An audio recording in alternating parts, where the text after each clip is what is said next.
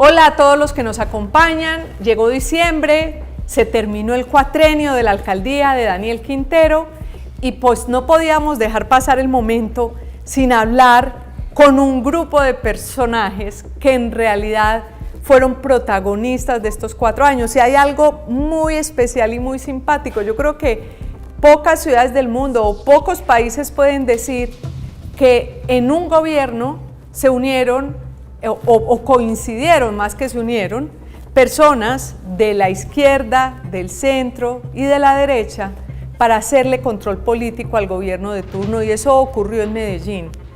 Hoy nuestros invitados va a ser una charla un poco resumen, un poco crítica de qué fue lo que pasó en estos 4 años. Nuestros invitados son Luis Peláez, diputado en su momento por el Polo Democrático, ¿no? Ahora está en Dignidad y Compromiso. Así es. Exacto. Entonces, Luis Peláez, digamos, representa hoy la izquierda. Por otro lado, Daniel Duque, concejal del Verde, del Partido Verde, que, digamos, uno lo puede ubicar en el centro. Y por otro lado, y en tercer lugar, Alfredo Ramos, del Partido Centro Democrático, que uno lo puede ubicar en la derecha o en la centro derecha, depende del personaje que esté. ¿En dónde se ubica Alfredo? Pregunté. ¿Dónde está Alfredo? Pregunta incómoda. No, yo personalmente me siento como una persona moderada.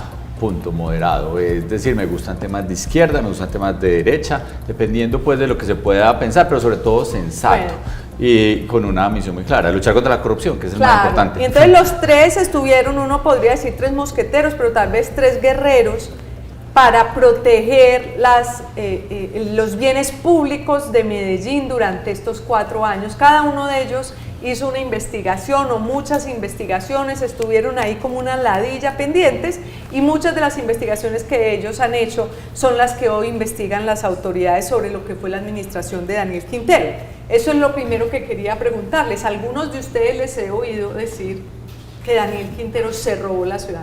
¿Ustedes lo han dicho así o no lo han dicho así? ¿Qué creen? Daniel Duque. Yo creo que, a ver, digamos, una de las discusiones políticas que hay alrededor de todo esto es sobre el modelo de gestión pública que ha tenido Medellín en los últimos años. Y entonces, claro, empieza la discusión de si usted dice se lo robó, entonces le pongo una tutela por injuria y calumnia. Nosotros hemos mostrado irregularidades en la contratación pública. Hemos demostrado que los proyectos de ciudad, la plata pública que se utilizaba en los proyectos de ciudad, como por ejemplo en el programa Entorno Escolar Protector para atender a los jóvenes de las instituciones educativas en términos de salud mental, se deterioró por completo. Nosotros hemos evidenciado cómo el programa Buen Comienzo, con el doble de los recursos en comparación con la administración anterior, tuvo menos niños atendidos, menos días de atención efectiva y una relación técnica menor en comparación de niños con profesores.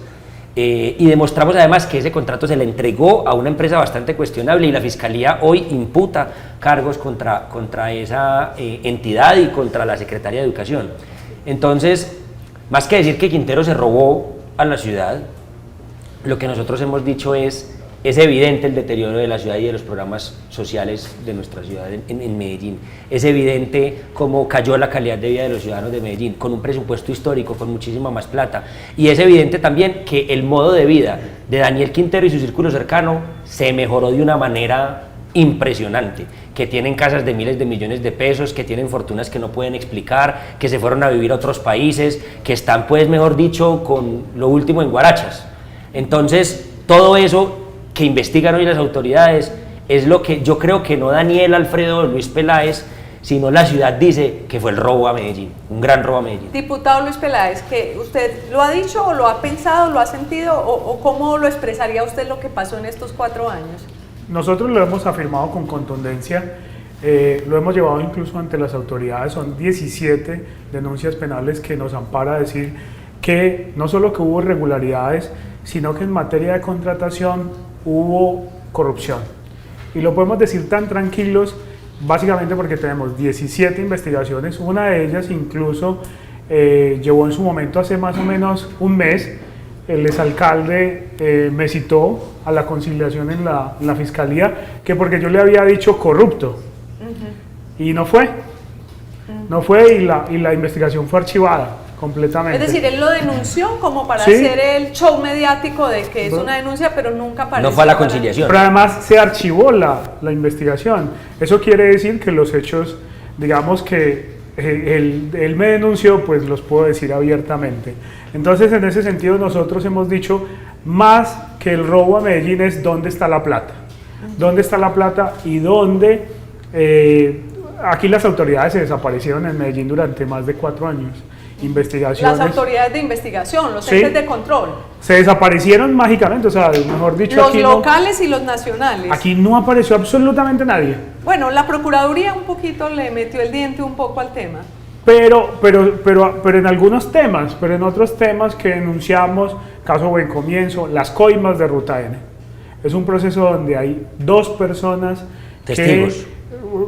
testigos que tuvieron que salir del país porque los amenazaron de muerte. Y esas coimas directamente de Ruta N son personas que les dijeron que en un concurso que se habían ganado tenían que pagar más o menos 25 millones de pesos por el concurso. O sea, que fue directamente un funcionario de Ruta N, entregaron el número de cédula, todo, y lo que hicieron fue buscarlos con sicarios en la casa porque no le mataban los hijos. O sea, eso fue lo que pasó en Fueron Medellín. hasta la casa. Y está en la denuncia penal. Está en la denuncia penal Es de las impresionante personas. porque mucha gente cree que lo que se han robado son poquita plata, porque cuando usted dice les pidieron 25 millones, la gente dice, bueno, 25 millones, entre comillas, porque es mucha plata para mucha gente. Pero el asunto es que esto era continuado, es la sensación que hay, que pasaba en todos los aspectos y eso se convierte en miles de millones de pesos. Eran continuados a no solo algunos contratistas directamente de Ruta N, sino en las diferentes secretarías de la Alcaldía de Medellín. Yo en su momento dije, aquí hicieron prácticamente como una startup de corrupción. Una startup de Sí, corrupción. básicamente que tiene como los niveles, las formas, prácticamente como si fuera una pirámide, usted ingresa, paga y recibe un Como dividendo. todo muy diseñado, Sí. como que un diseño. Muy diseñado, no pensaron en la ciudad, no pensaron en la gente, no pensaron en los niños de Medellín, y la pregunta que se debe hacer Medellín es ¿dónde está la plata? Porque esa plata, tanta plata, ¿dónde está? Claro, ¿eran cuántos billones? En los 4 años fueron 32 billones. concejal Terminaron 8.7 billones de pesos para el Al siguiente año, año. para el año. Sí, pero digamos más o menos sumados a precios de unos 32 billones de pesos, unos 8 billones de pesos más o menos anuales es lo que termina el presupuesto de Medellín. Porque no solo eso es lo que se define en el Consejo, sino mucho más de lo que pagan los ciudadanos. Ellos siempre normalmente hacen unos presupuestos muy por Eso debajo, es un platal, porque pero es muy que por debajo. hablar de 8 billones de pesos o 32, con 32 billones de pesos se hacen 2 Y metros. eso es solo Medellín, porque es que recordemos que está paralelamente EPM, que tiene más o menos al año unos 4 o 5 billones de pesos de compras, o sea, de inversión de EPM. Es decir, sin serían contar 20 billones más. sin contar filiales de EPM, que cada una tiene, por ejemplo, Afinia, que tiene que invertir 10 billones de pesos en 8 años. Son temas que uno ya va viendo que es un conglomerado supremamente grande, un conglomerado que en activos pues tiene casi 80 billones de pesos, pero que sus inversiones al año están por encima de los 15 billones de pesos, y con eso puede haber muchísima corrupción. Hay unas entidades pues muy pequeñas, 35, pero esa alcaldía y todos los hijos de la alcaldía, que son esas entidades centralizadas. Lo escuché tal vez a usted sí ser un poco más fuerte en las declaraciones sobre Daniel Sin Quintero. duda, yo creo que hay un saqueo a Medellín, un robo, un saqueo, y es de Daniel Quintero y un entorno muy cercano a él, con su esposa Diana Osorio, con su hermano Miguel Andrés Quintero, con algunos secretarios que son los de La Rosquita, Esteban Restrepo, la prima Laura Opegui, es decir, unas personas que Juan Pablo Ramírez, es decir, son los seleccionados, y el resto instrumentalizados, y se aprovechan de esas personas pues con su puesto y les dan como algún confitico. Pues la plata grande se la llevaron unos pocos que tienen hoy el control de la contratación en Medellín, y lo han tenido este cuatrienio, y por eso han metido unas fichas pues de personas que uno ve que no tenían ni las competencias ni las capacidades. Yo creo que una persona, por ejemplo, como Jorge Andrés Carrillo nunca en la vida hubiera llegado a ser gerente de EPM en condiciones normales. Es decir, es una persona que evidentemente allá está jugando un papel básicamente para dirigir toda esa contratación, con Jonathan Villada, unos vicepresidentes, Wilder Echavarría, que fue gerente de la EDU. Entonces van pasando de entidad en entidad y van dejándose ese rastro de corrupción en cada una de ellas, y uno empieza a ver pues muchas conexiones entre algunos contratistas que empiezan a pasar de entidad en entidad cuando van llegando estos personajes.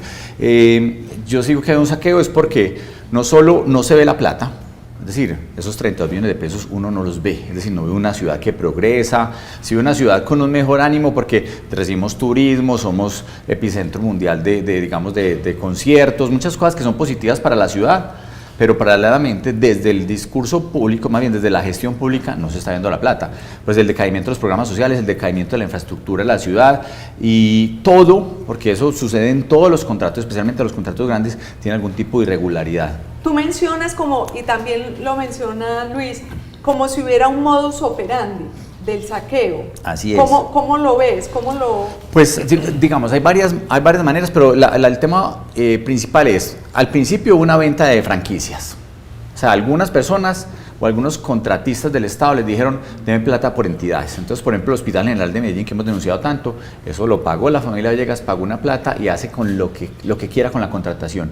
Y otra se quedó Daniel Quintero y algunos de sus cercanos. Pero, por ejemplo, lo de la familia Villegas, ¿está aprobado que él se vendió o qué indicio hay para decir eso? Pues digamos que yo tengo un poco más de información y no lo he querido publicar toda ella, pero lo que hay claridad es que esta es una familia muy poderosa que ha tenido negocios con la salud y ahora que hicieron, por ejemplo, la anuncia del Hospital La María, tienen Hospital La María, Consejo de Medellín, Hospital Consejo de Medellín, Tuvieron Hospital General, Cauca. Empiezan a ser transversales, la a tener... familia que tenía el Hospital del Bajo Digamos, Cauca. tienen muchos cuestionamientos y esa ha sido siempre su forma de operar. Le pagan plata a políticos, patrocinan políticos, le pagan plata Para que la gente nos entienda, cuando tú dices venden franquicias es como si Daniel Quintero, alcalde o alguien a nombre de él, que no necesariamente es él, digo yo, supuestamente se sienta con un señor Villegas. Y le dice, vea, yo le doy una plata. El señor Villegas le dice, yo le doy una plata y usted me entrega entrega eso y yo pongo el gerente, hago lo que me da la gana y hago los contratos que me vengan en gana.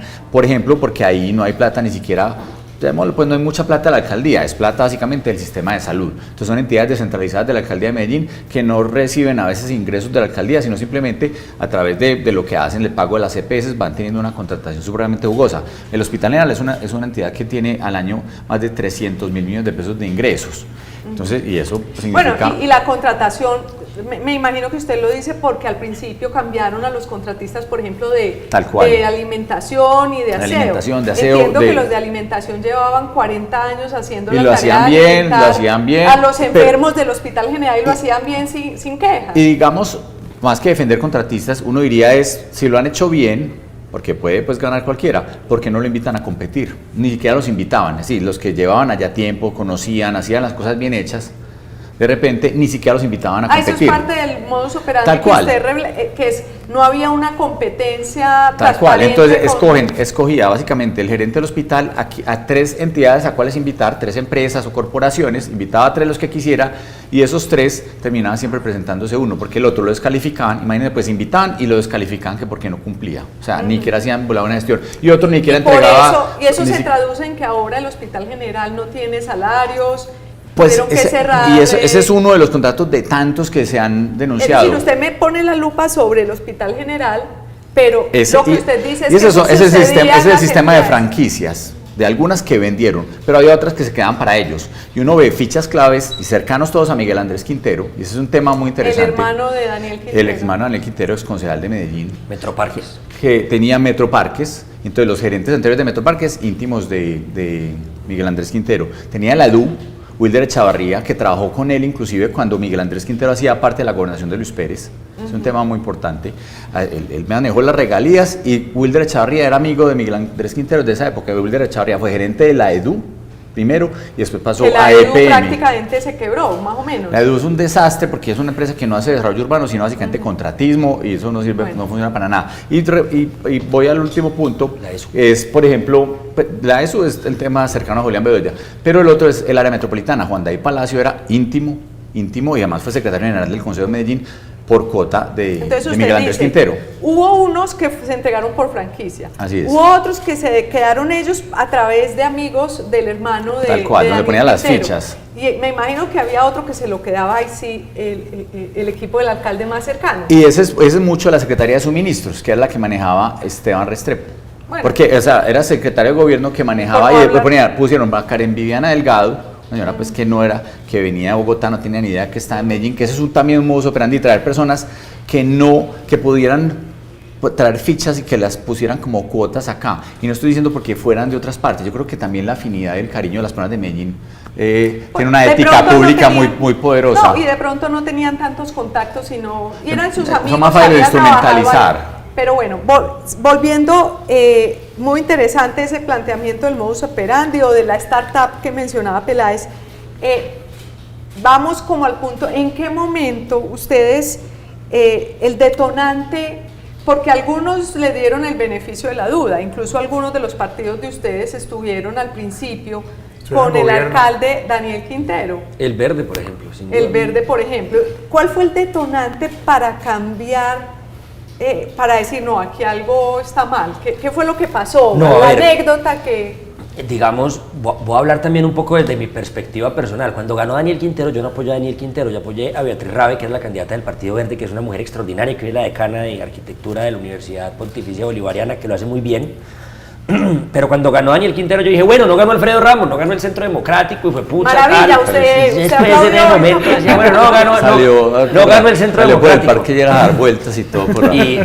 Y yo dije, vamos a darle como el beneficio de la duda. Mi partido inicialmente, digamos, tenía una inclinación por apoyar un gobierno alternativo que representara como una transición al gobierno también de derecha, Iván Duque y demás. Pero yo muy pronto me retiré de ahí, porque cuando empezamos las discusiones de la consolidación de la coalición de gobierno y demás asuntos, o sea, digamos, la primera semana a mí en el Consejo lo que me tocó fue votar la Contraloría. ¿Votar por quién sería el Contralor? ¿Quién iba a ser el Contralor? Y entonces yo me encuentro con que entonces en todos los pasillos estaban diciendo que es que a tales concejales les tocan tales puestos y tales Contralorías auxiliares. Y yo empecé a decir, yo dije, esto no tiene ningún sentido, porque la Contraloría, si nosotros vamos a elegir Contralor, es para elegir una persona que ejerza control fiscal sobre quien tiene el poder. Y lo que estaban haciendo eran los concejales repartiéndose los votos para ver qué sobre lo que se estaba discutiendo era sobre cuántos Contralorías auxiliares nos tocan. Entonces yo, digamos, mi primer discurso en el Consejo básicamente fue decir, la Contraloría no es la bolsa de empleo de ningún concejal, ni de ningún diputado, ni de ningún congresista. La Contraloría tiene que ser un espacio que haga control fiscal. Y yo dije, yo voy a votar por el candidato o candidata a la Contraloría que proponga dentro de su discurso que va a elegir a través de un concurso público de méritos a los Contralores auxiliares. Y ninguno fue capaz de comprometerse a eso. Finalmente voté en blanco y desde ahí, pues claro, entonces ya uno le hacen el fo porque, ay, es que este no cumple los acuerdos. No, pero es que los acuerdos no pueden ser, venga, nos repartimos los puestos de la Contraloría o venga, nos repartimos la plata pública. Entonces yo creo que eso es claro, es que en ese punto me parece muy interesante porque cuando uno habla de cartel de contratación, claro, es porque habla que no solamente está implicado el Ejecutivo, el Gobierno, el alcalde en este caso, sino también el Consejo que debería ejercer el control político y también los órganos de control. Entonces lo que entiendo es que en esas reuniones lo que hacían era decir, bueno, tal concejal tiene cuotas en la Secretaría de Educación y como tiene cuotas en la Secretaría de Educación, además se queda con la Contraloría delegada para Educación para que no se controle. ¿Es algo como así? Algo así. Entonces, claro, yo, por ejemplo, que soy un defensor de los partidos políticos, ojalá fuertes, y de que tengamos una democracia que se cimiente en los partidos. Desafortunadamente los partidos están en crisis, por eso las democracias están en crisis, pero eso es otra discusión. Yo he dicho, listo, si un concejal se siente de gobierno, pues que tenga la capacidad de cogobernar y de poner un secretario que ejecute de manera transparente recursos públicos. Yo, digamos, creo que a eso hay que quitarle mucho misterio. Pero lo que me parece grave es que si usted no puede querer gobernar y querer controlar al mismo tiempo. Claro. Y entonces usted no puede decir... Por eso es que no hay investigaciones. Entonces usted no puede decir, yo quiero poner un secretario de despacho que al mismo tiempo sea vigilado por un contralor auxiliar que yo decido. Eso no tiene ningún sentido. Es que cuando nosotros votamos por un contralor o cuando votamos por cualquier cosa, estamos además, y que me desmientan aquí Luis y Alfredo, diciendo que no tenemos conflicto de interés para votar sobre esa cosa particular. Y entonces yo no puedo decir, es que yo voy a votar esto, pero yo sé que a cambio de esto me van a dar un puesto. Eso no tiene ningún sentido. Entonces yo sí creo que ahorita estaban ustedes discutiendo sobre la inoperancia de los organismos de control. Eso no es nuevo y eso no se lo inventó Quintero, también yo creo que hay que aclararlo. La inmensa mayoría de los políticos que han gobernado este país, Duque puso fiscal, Duque puso procuradora, Duque puso contralor, o sea, eso, digamos, los gobernantes siempre ponen sus organismos de control y eso es una práctica que lo que hace es incentivar la corrupción y promover que las corporaciones públicas terminen dándose discusiones sobre cuántos puestos le tocan a cada corporado y no sobre cómo se tienen que vigilar los recursos. Claro. Bueno, ¿cuál fue su detonante, Luis Peláez? Bueno, el detonante fue un anónimo. Llega a la oficina un anónimo con las siguientes palabras: se van a robar Medellín, se van a robar EPM, ojo con Alejandro Calderón Chatet. No que más. Alejandro Calderón Chatet en Fue ese momento lo estaban nombrando vicepresidente. Vicepresidente En ese momento, de Empresas Públicas de Medellín. Entonces yo reviso, nadie en ese momento estaba haciendo ninguna algarabía, nadie, todos estaban bien, incluso el gobernador Aníbal Gaviria estaba con Daniel Quintero frente a los puertos de Urabá, lo llevó allá, estuvieron casi 3 días, un fin de semana por allá mirando sobre los puertos de Urabá y el túnel del Toyo. Entonces llega ese anónimo, yo empiezo a mirar quién es Alejandro Calderón Chatet, y todavía no había aparecido, no había aparecido. Apenas él había sido nombrado vicepresidente. Todavía estábamos en otra discusión, todavía estaba el gerente, el primer gerente de Empresas Públicas de Medellín. Guillermo Rendón. Exacto. Álvaro Guillermo, sí. Y me llega esa información simplemente abajo de la puerta de mi oficina en la asamblea, y empiezo a investigar a Alejandro Calderón Chatet y empezamos a mirar que el bachillerato no existía. Entonces nos fuimos a Sogamoso, fuimos directamente a Sogamoso, fuimos donde había estudiado, solo estudió hasta octavo, pedimos la certificación, dijimos, bueno, puede ser que en Bogotá haya terminado sus estudios. Nos fuimos para Bogotá con nuestro concejal Manuel Sarmiento de Bogotá, nos dieron un certificado de que no había estudiado bachillerato. De que todos los documentos que él estaba presentando eran falsos. Inventados, falsos, pero en ese momento no había todavía discusión sobre eso, y entonces nuestra alerta fue: si este señor es capaz de nombrar un vicepresidente sin títulos, lo que está pasando en EPM es terrible. Luego lo nombran como a los 2 meses gerente, y ahí mismo nosotros armamos el escándalo con la información que teníamos en ese momento y ponemos las denuncias cuando tumban a Mónica Ruiz. Así es, cuando ella llega, nosotros empezamos a hacer debates sobre Hidroituango en la asamblea, y la gerente me llama y me dice: diputado, es posible que yo no vaya, me están haciendo mucha presión para que yo no vaya, ellos dicen que mejor no ir. Y yo, pero la situación está claro, ahí está la información, ustedes que están ocultando, o sea, que eso nunca había pasado.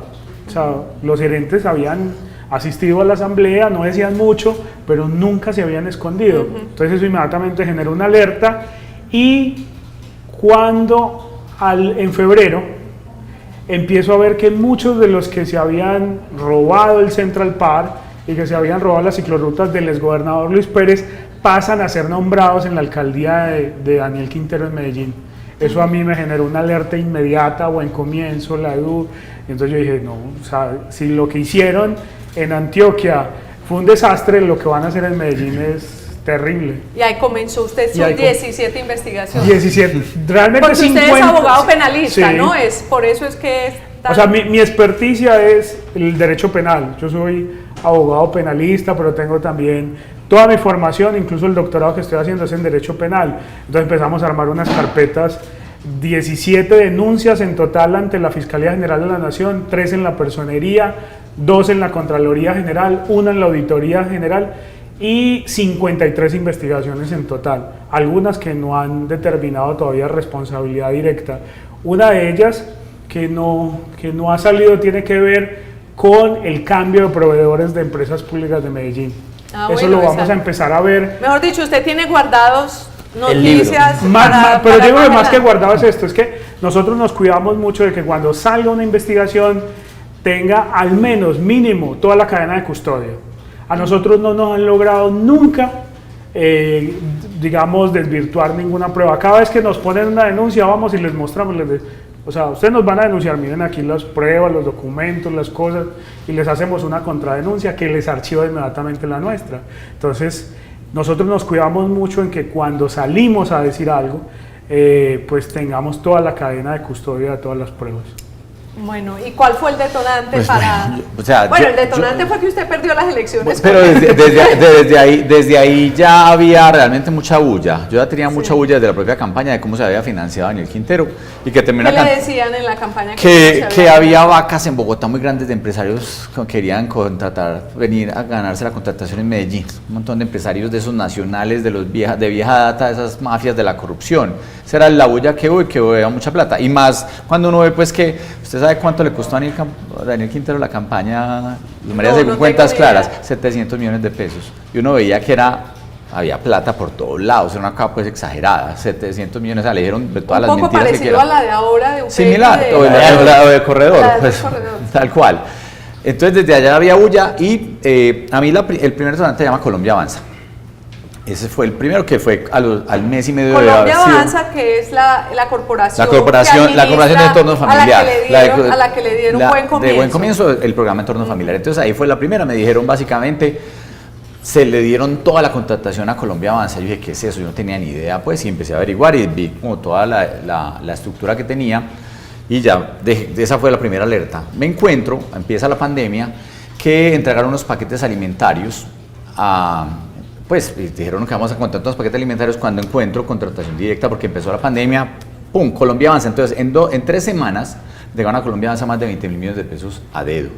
Y aquí hay algo supremamente extraño. Entonces ya tenía pues como alguna bulla de lo que era Colombia Avanza y eso se ratificó con una denuncia. ¿Cuál era la bulla que tenía? La bulla que tenía Colombia Avanza era que era una entidad de esas que crean los políticos, muy asociada pues con el municipio de Bello, que había contratado un montón de temas con hospitales de Antioquia, que había sido muy beneficiada por en su momento la senadora Olga Suárez Mira, que le había entregado unos hospitales. Entonces le daban los contratos de alimentación en toda Antioquia, pero uno sabe cómo se lo entregan, porque eran los hospitales pequeños de los municipios que le entregaban toda la contratación a Colombia Avanza, y así fueron como engordando ese muñeco para decir, veas que tenemos una entidad muy poderosa. Exprimieron Urabá, me acuerdo. Tal cual, ustedes veían que Colombia Avanza estaban más de 40 municipios antioqueños, pero todo era con hospitales, nunca después con concursos, todo era contratación directa de hospitales. Eso es pues cuando los políticos le dicen, pues, le van diciendo, ayúdeme. ¿Tiene alguna relación con Luis Pérez o no?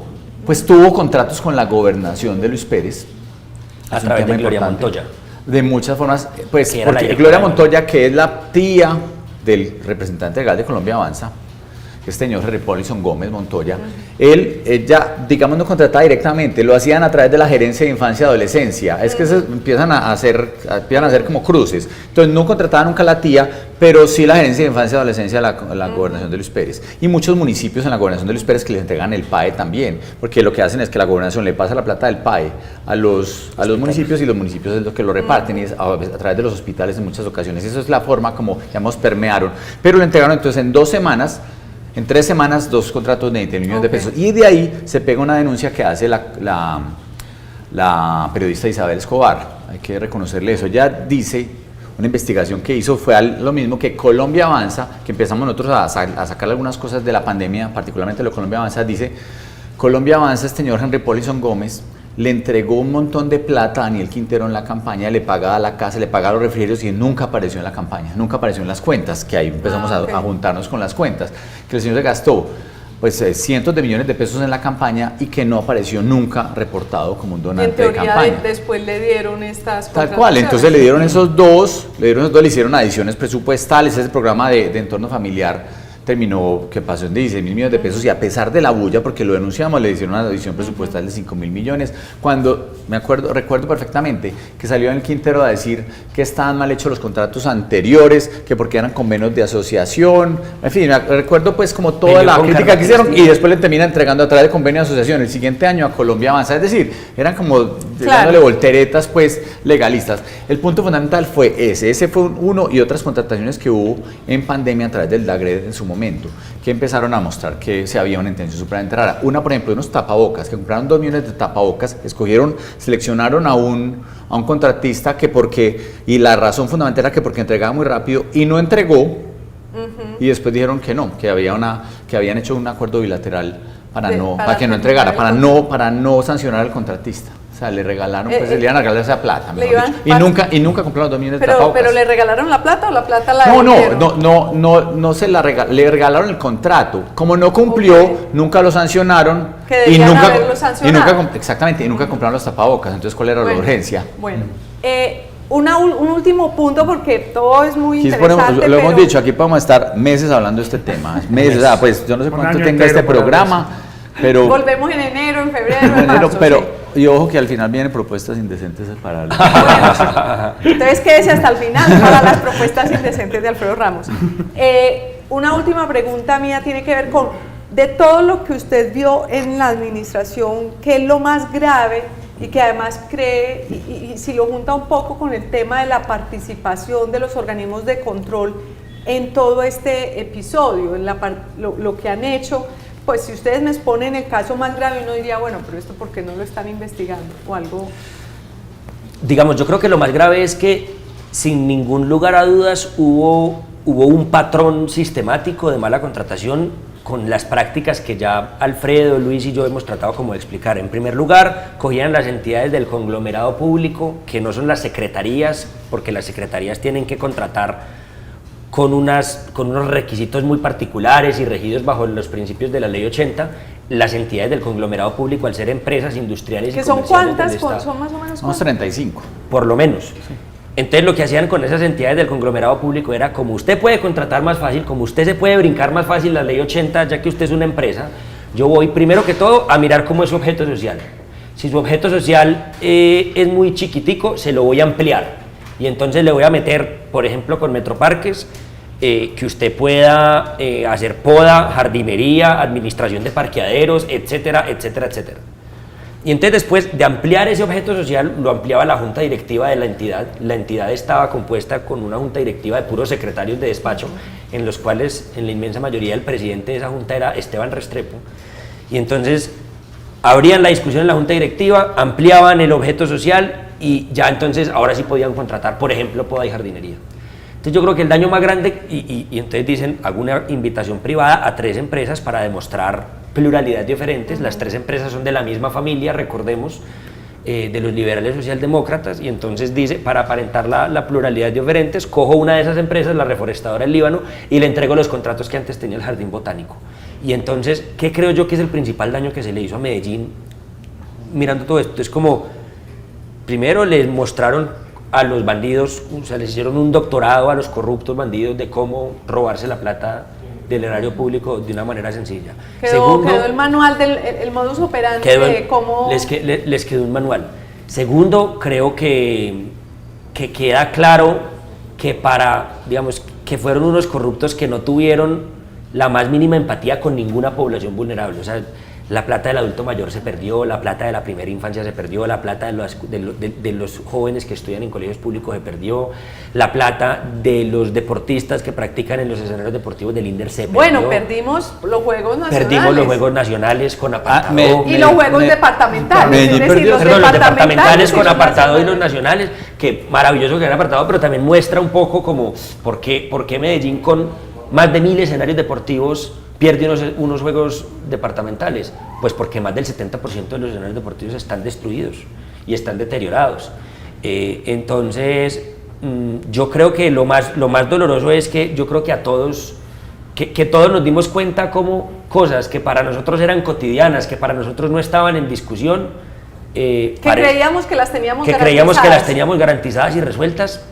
Yo creo que ese es el principal dolor, pero... Y perdón, yo le trato de dar la vuelta a la pregunta, Luz María, creo que también tenemos un gran aprendizaje. O sea, yo creo que después de esto, lo que queda también es, Medellín ha tenido por lo menos 2 grandes crisis institucionales antes de esta, una con Luis Pérez como alcalde y otra con Pablo Escobar en los 90s. Y de esas 2 grandes crisis institucionales, Medellín salió resiliente y conversó con los distintos sectores de la sociedad civil y logró, digamos, como construir una visión compartida de futuro que sigue teniendo muchos inconvenientes y muchos problemas, pero que nos permitió hoy internacionalizar la marca Medellín y ser lo que hoy es Medellín también para el mundo. Entonces yo lo que creo es que Medellín también, así como quedó ese manual para ser corrupto, nosotros también tenemos un manual de cómo ser resilientes y tenemos que aprender de esta crisis tan grave para de verdad recomponer el tejido social y volver a construir una visión compartida de ciudad. Entonces yo creo que quedan cosas muy graves, muy dolorosas, pero también ya es un momento de empezar a pensar. Claro, eso lo podemos manejar un poquito ahorita al final, pero antes, Luis, ¿qué fue para usted lo más grave de estos 4 años? Lo más grave es que Daniel Quintero fuera alcalde, pero particularmente Empresas Públicas de Medellín. Lo que sucedió con nuestra mayor empresa del departamento de Antioquia y particularmente de Medellín es que cambiaron muchos de los proveedores que actualmente estaban haciendo un buen trabajo, que cumplían todas las situaciones, pero esa carga, digamos, empresarial se perdió. Ese aprendizaje, esa experiencia, todos esos proveedores que sí estaban cumpliendo, que sí hacían, digamos, un buen servicio, se perdieron. Claro. Lo segundo es el tema de Hidroituango. Tenemos hoy un retraso de más de 2 años en la obra. Eso le genera pérdidas al IDEA, le genera pérdidas a la Sociedad Hidroeléctrica Ituango. Con la multa que acaba de pasar, es igual también otra pérdida, que debería el próximo alcalde repetir contra el patrimonio de quien lo hizo. 2 años, dice usted. 2 años. Pero ya no por el tema de la contingencia, sino por las responsabilidad de Daniel Quintero. Porque resulta que el informe POIRI estableció que el cambio de contratistas genera más o menos 7 meses en materia de retraso de la obra. Y ya van 2 años. Pero además, según XM, que es la comercializadora de energía que certifica cuánto retraso tiene al menos la obra para puesta en funcionamiento, al menos en la turbina 5, 6, 7 y 8, tenemos 3 años y medio proyectados de retraso. Bueno. Eso equivale en obligaciones de energía en firme a $150 millones por año. Eso establece un incremento posiblemente de los servicios públicos cada vez mayor y mayor. Los 2 años que llevamos se ha perdido $150 millones, $300 millones hemos perdido por no producir la energía que se debía estar produciendo. Pero también porque Daniel Quintero de alguna forma ha mentido con el cronograma. Cuando en su momento se dijo que estaba puesta en funcionamiento la turbina 1 y 2, la turbina 1 funcionó solo el 25% durante los primeros 6 meses. XM certificó eso, o sea, la turbina vivía más apagada que prendida.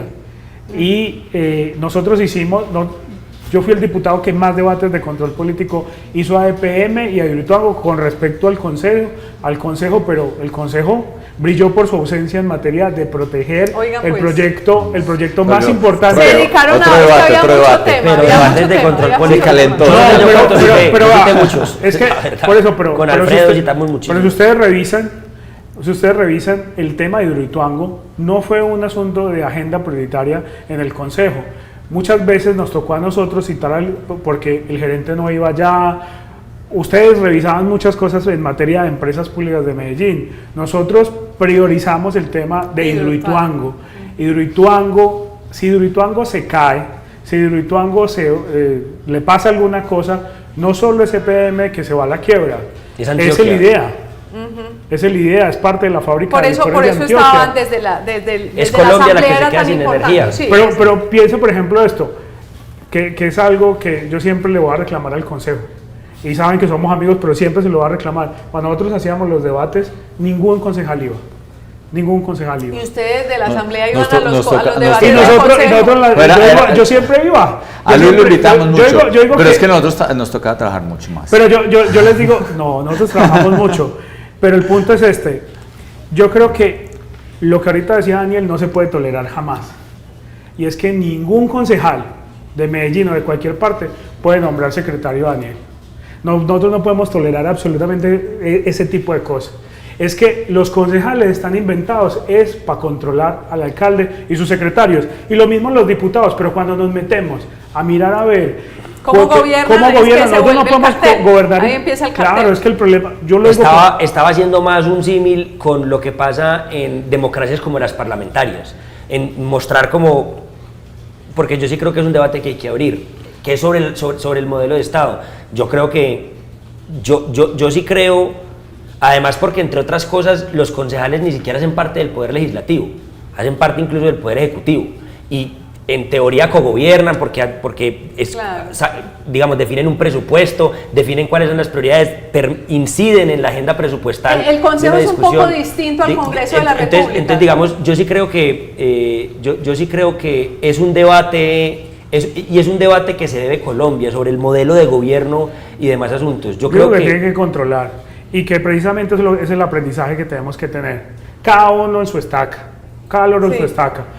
Diputado a controlar, pero secretario bueno, mirar. Volvamos al tema. Ese debate también es importante, pero eso lo hacemos en otro de los debates que vamos a hacer el otro año con Alfredo. De los diarios. Alfredo, ¿Qué es lo más grave que pasó en Medellín? Yo diría, Que de pronto no le han metido además hay muchas el tiempo. cosas. Primero, Diana Osorio, o sea, una gestora social que se enriqueció y era dueña de sus cuadrillas. Y eso es muy grave. Es decir, yo he visto corrupción en políticos, y no es que Medellín se inventaron la corrupción, esto no fue la primera vez que pasaba, pero había no solo una corrupción institucionalizada, sino que particulares como Diana Osorio mandaban sobre temas contractuales y ponían y quitaban como les venía en gana. Eso me parece supremamente grave.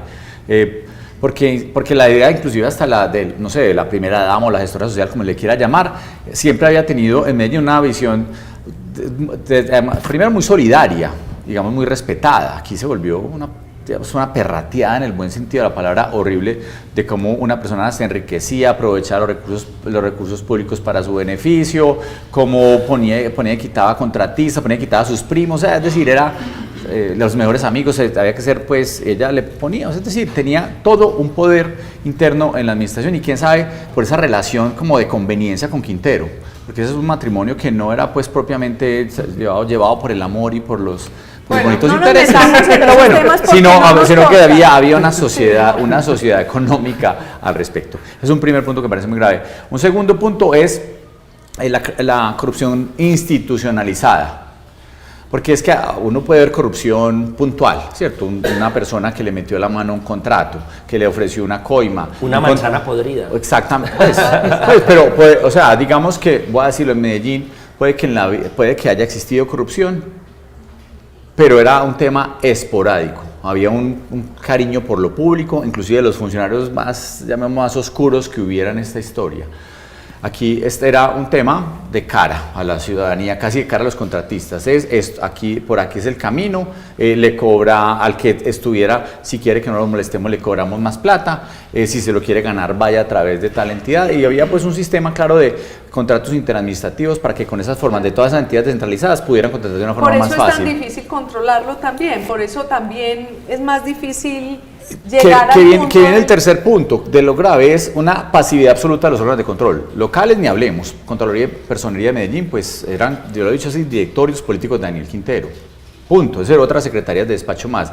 Y los nacionales, que hasta con mucho riesgo. ¿Por qué? Porque, digamos, las procuradurías regionales son también de los políticos, eran de los amigos políticos de Quintero. Entonces ponen allá el procurador, yo no sé qué, el procurador otro, entonces pueden llegar allá, y eran los que le filtraban las cosas a Quintero. No sé si ustedes recuerdan, pues que creo que todos nos acordamos, cuando le iban a hacer alguna sanción, que creo que fue la que lo sancionaron, que le iban a, por participación en política, a Quintero le llegó antes, él fue el primero que lo puso en redes sociales, porque lo pasó un funcionario de la Procuraduría de aquí región. No, creo que era para que aceleraran los procesos. Creo que fue que le pidió la Procuraduría General que si por favor le podían mandar los procesos de Quintero, que había que acelerarlos, y Quintero salió a decir eso en redes sociales, con el documento. Estaban, digamos, como al servicio de Daniel Quintero, porque eran las cuotas políticas de los amigos. Y lo último, que creo que estoy de acuerdo con Luis, el tema de EPM, que la deja en un grave estado hacia adelante. EPM tiene una gravedad muy grande. Por Hidroituango, que nosotros eso lo presentamos en un debate, como por decisiones internas de EPM, no por nada más, sino decisiones internas, el proyecto tuvo un retraso de más de 800 días, no por pandemia, o sea, estos retrasos por pandemia, pero súmele a todos esos retrasos. Ni por contingencia ni por pandemia. Por decisiones internas. Hidroituango también tuvo la contingencia Quintero. De los 4, imagínense, de 4 turbinas, que son las que faltan, de las 5 a la 8, es más, entonces a las 3 y la 4 como que no le han hecho mucha bulla, no sé pues si uno no sabe ni quiera en qué estado se encuentra. En teoría las pues sí, bueno, pero ellos dieron que eso significaba 1.000 millones de pesos diarios cada turbina, o sea 4.000 millones, en un año 1,5 billones de pesos. Hoy están produciendo realmente 2.000 millones de pesos diarios cada una. Pues imagínense lo que significa.